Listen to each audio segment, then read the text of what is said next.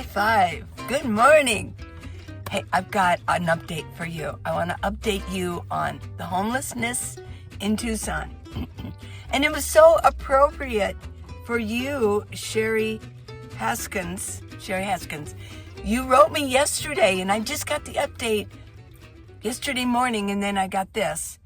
I saw on the news that they completely cleaned out that 100-acre homeless community in Tucson. Do you have any info on where they all going to go? Where they're all going to go? Yeah. No, I don't have an update on where they all are going to go, but I will tell you that I was at my watering hole, my favorite diner, yesterday morning. And there's a group of us that we sit at the counter. And we were talking about that because I keep them updated on what's going on in the park system because that's where I'm at. I'm at different parks during the day. And so I let them know what's going on with that. Well, one of them said that 3 months ago, the officials went into the 100 acres. What in the world is 100 acres? Well, it's southeast of Tucson. It's near Golf Links and Swan area, but it's inside this desert area. They call it the 100 acres. And there has been a growing community of homeless people that live in there. They just live in there. And from the pictures that I saw, that it's sort of scattered. It's not just one big, huge area circle where there's like thousands of homeless people with tents and broken down cars, things like that, cardboard places, yeah. Well, what happened was, it's really not exactly like that. Out in the desert, there's a lot of brush. There's creosote, and they're just small brushes, but there's also mesquite trees, okay? Now, we're not dealing with big, huge mesquite trees. What happens in the wild, a mesquite tree is large, but not really tall.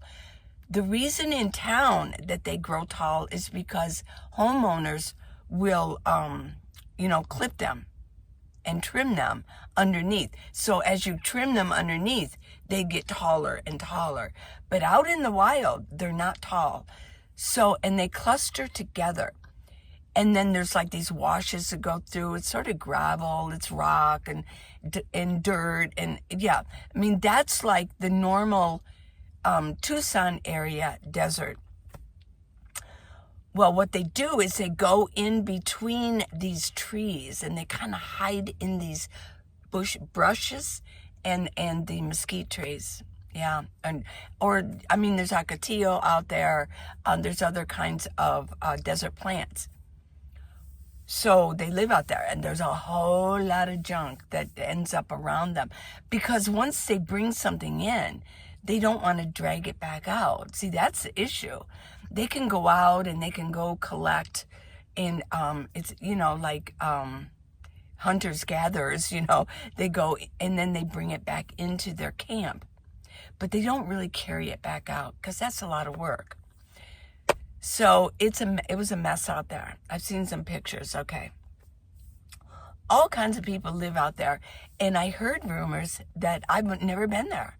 But I have been asking around for the last couple seasons I've been here.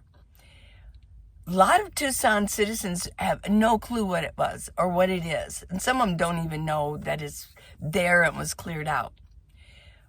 Well, so what happened was the officials went in and gave them 3 months' notice. And they did offer them a place to stay. They could relocate them. They could help them get them into a shelter. And there were free services for them. Because I know a lot of people say, well, we feel so bad for them. Well, yeah, I mean, I don't know what the circumstances are. Some just made the wrong turns. Some just had unfortunate events happen in their life that got them there. And some are mentally ill. Not all. Not anymore. That may have used to been the case. That didn't make sense. It may have used to been the case. But that's not the whole picture now. Now it's economy. And it's not just mental illness. Although I do wonder, studies could be done about this. Did they start out mentally ill, or does homelessness actually increase and dive them into a mental ill state, where the stress, the cortisol, the stress and everything just kind of like drove them into sort of a madness? And I believe that probably could happen because it's dangerous out there. And I will mention, a lot of homeless, what they do is they stay awake all night because they need to.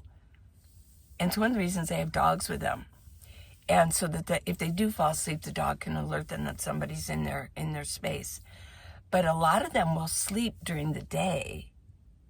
They have to sleep sometime. Okay, so let's get back to 100 acres. Just giving you a base here. They gave them a chance to get help. This was around that time. A lot of people said there's this this executive order, and they made it illegal. Things like not actually making it illegal. What it did was it encouraged cities to give them help, so that our country just doesn't become a mess. You know what I'm talking about, yeah. And it doesn't matter what side. If you're on the right or the left, okay, it does not matter. This is an issue that it can be dangerous, not only for the homeless, that they need help, but also for regular citizens with children and elderly, that they're getting hurt. And it is becoming a health issue in the cities. And I mentioned this so much. I did footage of it last season in the park systems. Yeah. It was getting ridiculous. They were building almost these little compound cities within the parks. Yeah. Very unhealthy. Okay, so they gave them a chance, and I guess some took it. So we know where they ended up, but there were quite a few that did not. They did not want, and they're afraid to go in, or they don't want they want more freedom. Well, what's happened is just recently they bulldozed all of them. I'm sure there's still probably some just hiding in there because it's such a big area, and they can hide in the brush and in the bushes and in the mesquite trees. So I guess that just recently they bulldozed everything, because what they're going to do is make a bike park, which is so appropriate because there are so many bikes stolen in Tucson. Back when I was riding my bike everywhere, I had a good 2-3 years where I rode my bike everywhere. I had my first bike. It was a nice one. It was stolen. And I had a chain on it, but I didn't have one of those nice bike locks, titanium bike locks. And yeah, it was stolen right at the mall. It was sad, but what happens is they sell them. And there was this huge, out in the 100 acres, there's this huge pile of bike, the bones of a bike. And they would just, that weren't useful anymore. And they were just making this big, huge pile. So it's kind of appropriate that they're going to make that into a huge bike park with the hills, and they can go by. That is so cool. Because one of the things, raising my children in Tucson, one of the things that I've actually mentioned is there's not a lot for them to do. There really isn't a lot for the younger folks, things to do. So they're going to make a bike park. My youngest son was a skateboarder. He was a skater, and he had the inline skates, and he was a skateboarder. He was pretty good. There was a skateboard park at Reed Park, but they were worried that people were going to get hurt, and they took it apart. I'm like, even Lake Havasu has a huge skateboarding park, an area.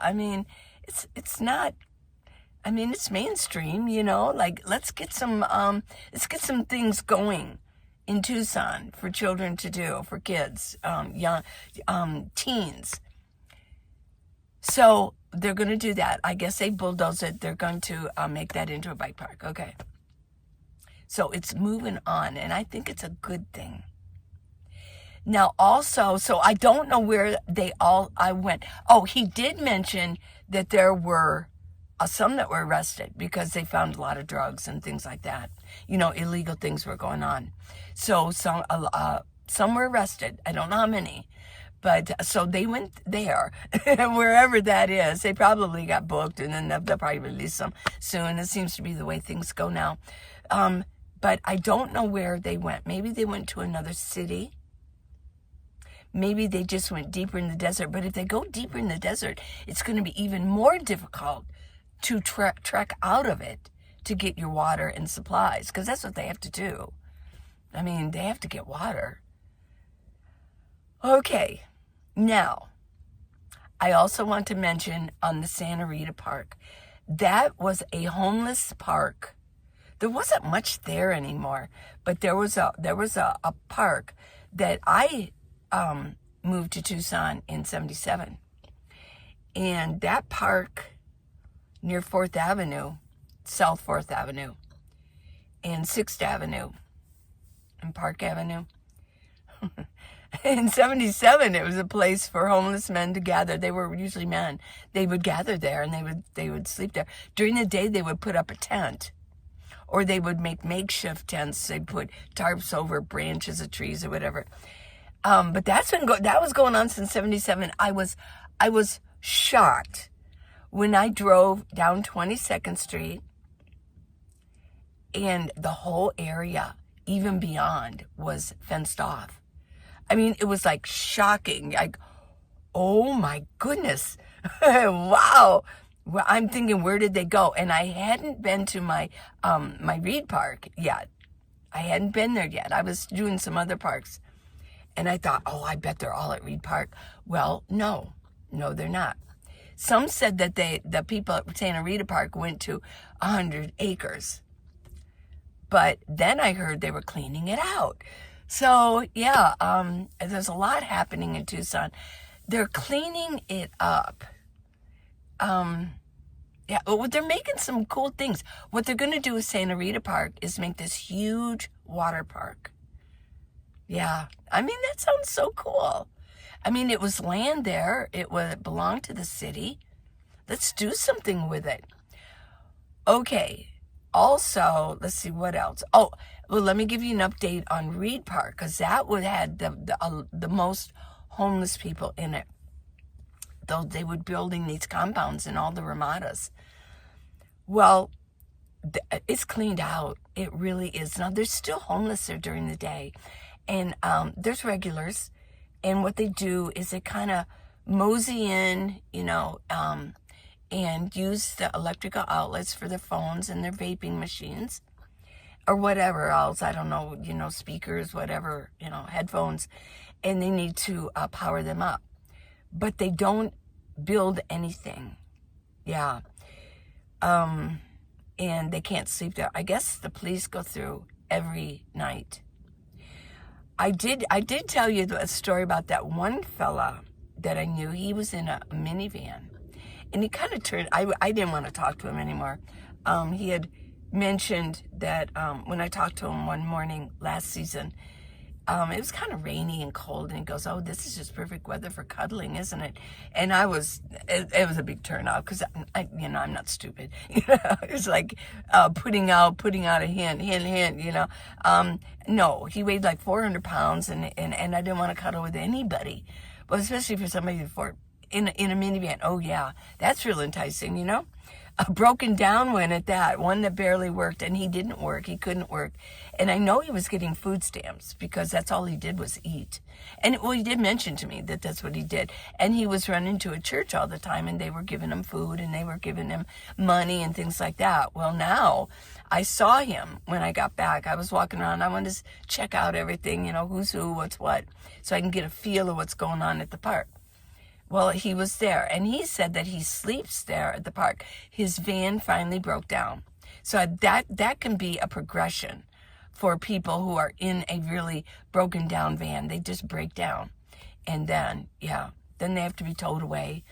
And he said, I said, well, what happened to it? And he goes, oh, they came and they picked it up. I just relinquished the title to it. I don't have money, so he can't get to the church anymore. But he does still get food stamps. Yeah. So that's the one thing they can do is they can eat, So it's one of the reasons that they did do a study. Somebody did a study on SNAP recipients, and they said it was an alarming rate of people who were overweight on SNAP. So you can deal with that with what you want. I think children need it, but I'm not going to go into that. I don't like to get political here. I'm just giving you the news, what's going on. Yeah. Well, also, here's something else. And I think this was the catalyst that started in Tucson early this summer, this year that we're in. Excuse me, let me clear my throat. I don't know if you know about Tucson. This is good information for everybody. I just want to give you some facts here because I looked it up. There is a bike path that goes completely around Tucson, and it connects Tucson with Marana and Oro Valley. And Tucson is like, there are pockets now, like Marana, Oro Valley, that are like what would be likened to, like in Phoenix, you got, you've got Glendale, you've got Tempe, you've got pockets, yeah. Well, Marana and Oro Valley are like that for Tucson. It's called the Loop, or it's also called the Chuck Huckleberry Loop. I guess he's maybe the one who, it was his idea. So it's a bike path network around Tucson. It's a system of paved, shared use paths for biking, walking, and equestrian in some parts for horses, and built and maintained by Pima County and its partners. Many sections run along the dry riverbeds. We have dry riverbeds that do run wet in the wet seasons of winter or summer. For example, the Relito River and the Santa Cruz River, and greenways in the metropolitan Tucson region. Now, does it go completely around Tucson? Yes. The loop is designed to form a continuous circuit around the Tucson area. The entire network, including extensions and branch trails, spans 131 miles when fully built out. In practical terms, you can travel much of the full loop around Tucson, okay? Now, yeah, and it does go around. Paul and I used to go when we would hang out in Marana, because that's a cool place. They have a really nice Walmart up there, nice shops. It's just it's so new. It's a new section, and so everything is new. It's not old and falling apart yet, right?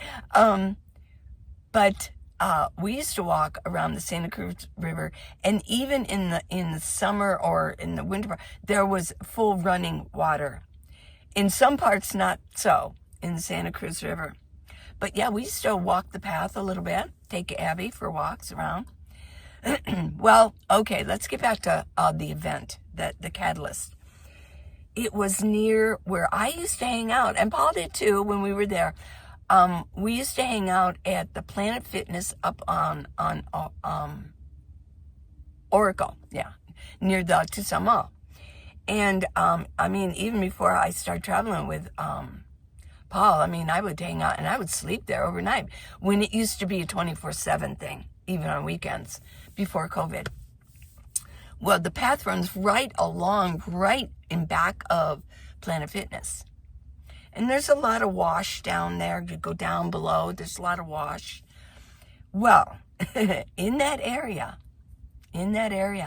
I guess there was a group, they didn't even know they were there, a large group of homeless people living in the tunnels, in the washes, and then there'd be tunnels. Well, there was a famous, one of the bike groups, okay, that ride the bikes. They ride bikes through the loop and go around. the homeless people came out and attacked one of them and killed him. And they were trying to rob him, I guess. But he died. And I believe that was the catalyst. That was pretty big. I didn't hear anything about it because I was in Flagstaff at the time. And I believe that probably, I'm going to guess, that was the catalyst to clean out. They got to clean out. And in Tucson is cleaning out the homeless. It's not a safe situation. It's really not. So I'll leave it at that. Yeah. So that's what's happening in Tucson. And I'm sure it's happening all across the nation, where the homeless situation is being addressed. There's another situation that there's rumors of that's going on in Utah, but I will save that for another time. I hope you enjoyed this. I really do. Let me know what you think in comments, okay? And leave me a comment, please. It really does help me. And subscribe if you haven't, okay? See you this afternoon, okay? I got a treat for you.